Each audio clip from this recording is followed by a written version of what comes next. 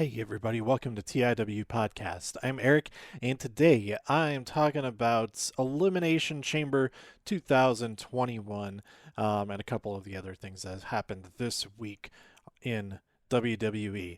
It's the last day of February, so I'm just kind of wrapping up February real quick, getting ready for March. In March we have Fastlane. There could be some really good matches on there, but it's only like a couple of weeks before WrestleMania, so it's gonna be kind of weird. Elimination Chamber, pretty solid. I enjoyed it quite a bit. We started with a preliminary match, a qualifier, to for who would replace Keith Lee in the triple threats, and John Morrison defeated Elias, Mustafa Ali, and Ricochet to earn the opportunity on the main show. I really liked this. I wish they would do this kind of thing more on the kickoff shows. It ties the kickoff into the rest of the show, to have something that affects the rest of it. And I think if anybody who is watching, seeing John Morrison for the first time, who was impressed with what he was doing, would go, "Hey, I want to see this title match that he's going to be into," and it's also a multi-man match, so that should be pretty cool. So if they have like qualifier matches or like the semifinals of a tournament on the kickoff show, and then the finals of that tournament be on there, or even the finals of a tournament be on the kickoff show, and then that's for the championship opportunity. That would be really cool, I think. But anyway, I like that match. Then we had Daniel Bryan win the Universal Championship chamber match to get the opportunity to fight Roman Reigns.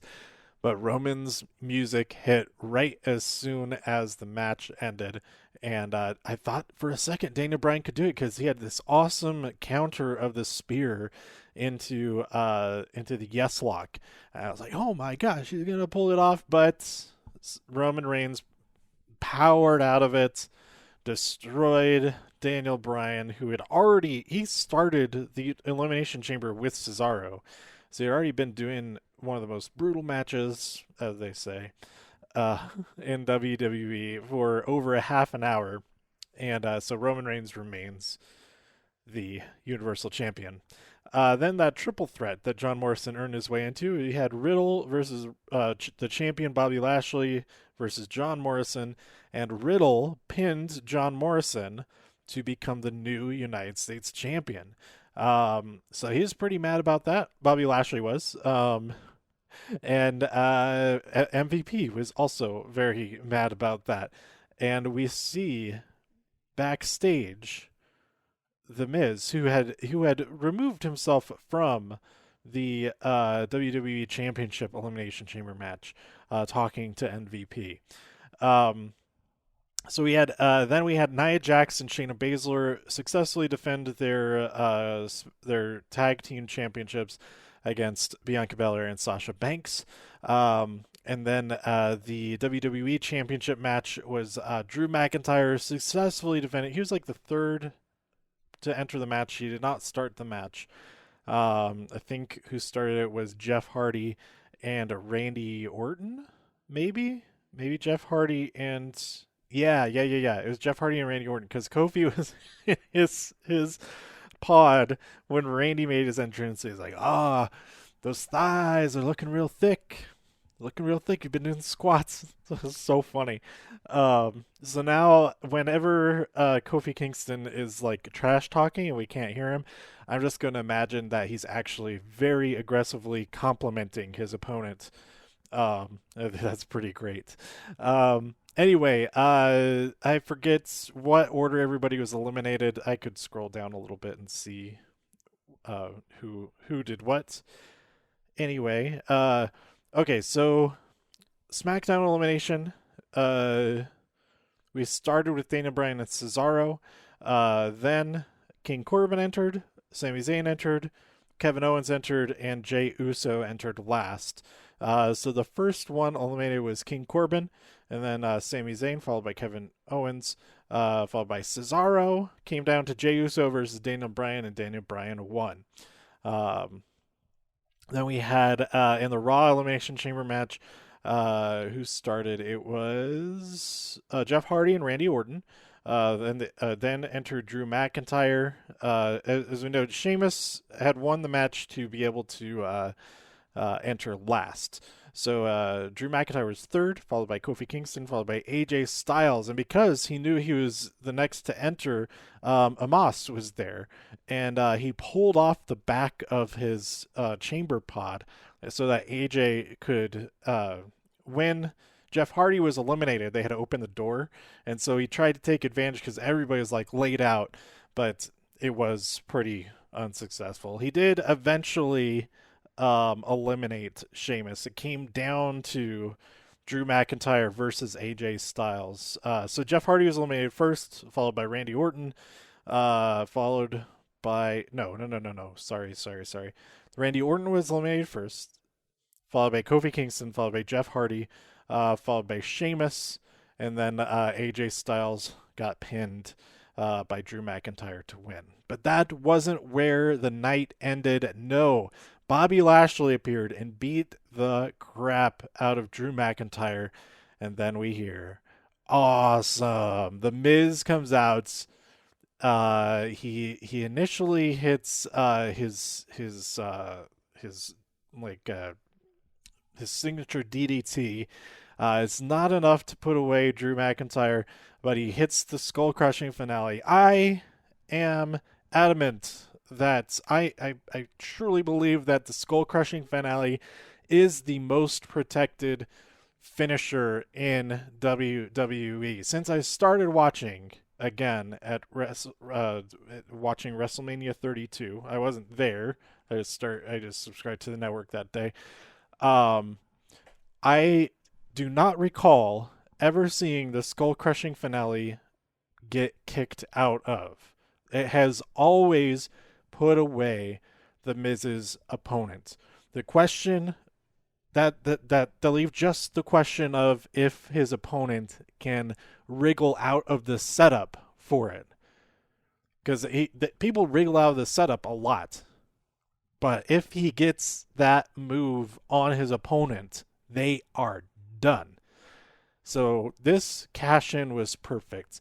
There is a chain of events, not just throughout the last few weeks, not just through the last few 6 months, but every single thing that happened on this show involving this match was setting up for this cash-in. Because while The Miz had already removed himself from the Elimination Chamber, John Morrison did not get his spot in the Elimination Chamber to take The Miz's place. So if he had not done that, then he would not have been available to be in this Fatal 4-Way match. He wins the Fatal 4-Way match, and because he does that, he is able to be in the triple threat, in which he gets pinned so that Bobby Lashley is no longer the champion.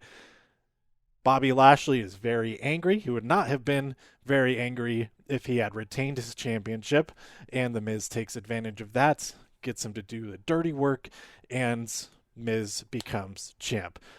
Any one of those things doesn't happen, the cash-in doesn't work. Well, maybe it could work. He could probably convince Bobby Lashley to try to become the double champion.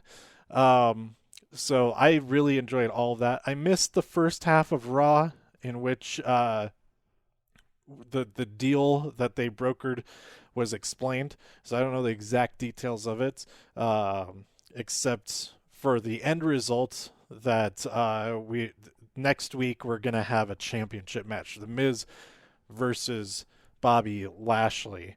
Braun Strowman challenged to get an opportunity to get added to that match in a triple threat. It seemed like The Miz wanted Braun to be in there. I don't think that was maybe the best idea to be rooting for that, but I could see why he would want it to be a triple threat, because there's no disqualifications, and so he could have Morrison help him. But that did not work the last time. They faced Braun Strowman, I believe. Morrison and The Miz faced Braun Strowman in a handicap match or a candy cap match.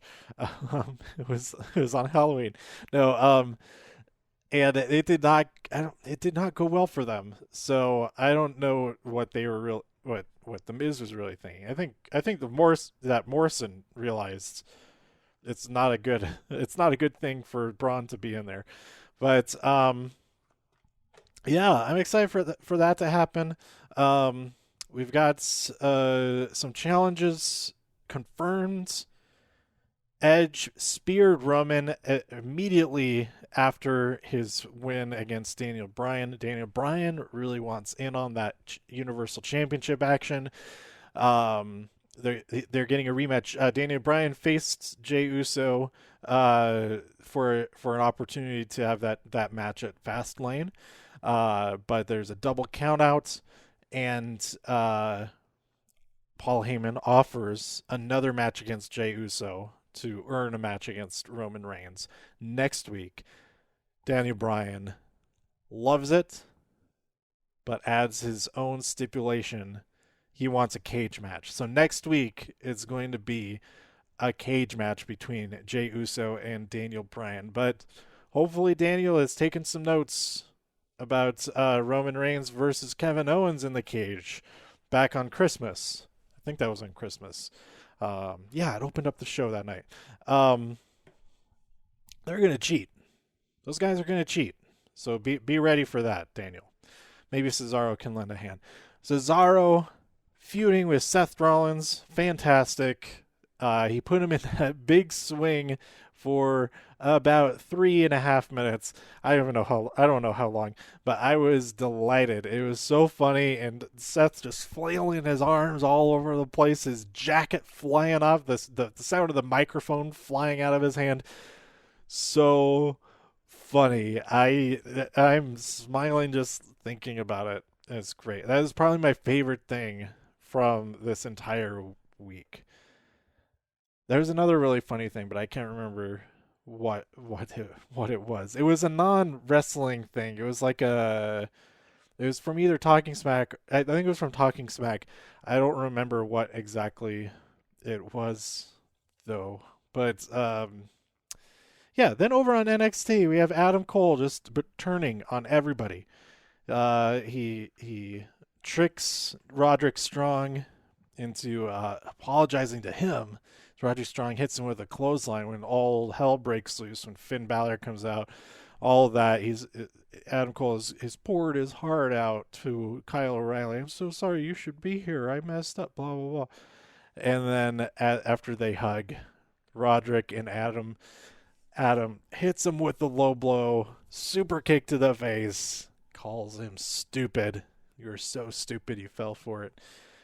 And yeah, what's Adam Cole going to do next? He's going after that NXT championship on his own.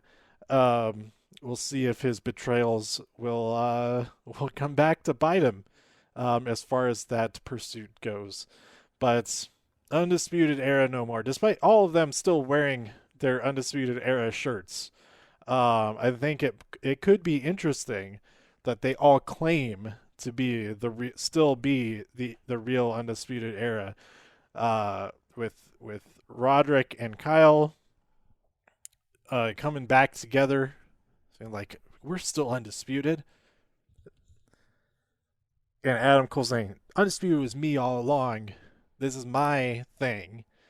All of that, and then all of them realizing, oh, all of our names are in the logo, so maybe we should do our own things now. I like that Adam Cole's graphic says his name huge, like covering most of the Undisputed Era logo. But yeah, that's been great. The romance between Dexter Lumis and Indy Hartwell has been really funny. That match that they had, it was Johnny versus Dexter, and then all of what the rest of the way we're doing during that match was so funny. I really like that a lot. And what else? We also had Santos Escobar versus Karrion Kross. That was a pretty solid match. And we have new, I have not watched this yet, but we have brand new United Kingdom Tag Team Champions. Pretty deadly. That is awesome. They've posted. I've mostly just seen the morning after pictures that they've posted. They're like, uh, looking all pampered, like they're staying at a luxury hotel in bed with their titles, and then they're getting ready in the bathroom in the morning with the titles and all that. They're just, yeah, it's these guys are great. I like them a lot. But so congrats to them, new tag team champions. And next week we get Mako Satomura versus the NXT Women's Champion, Kaylee Ray.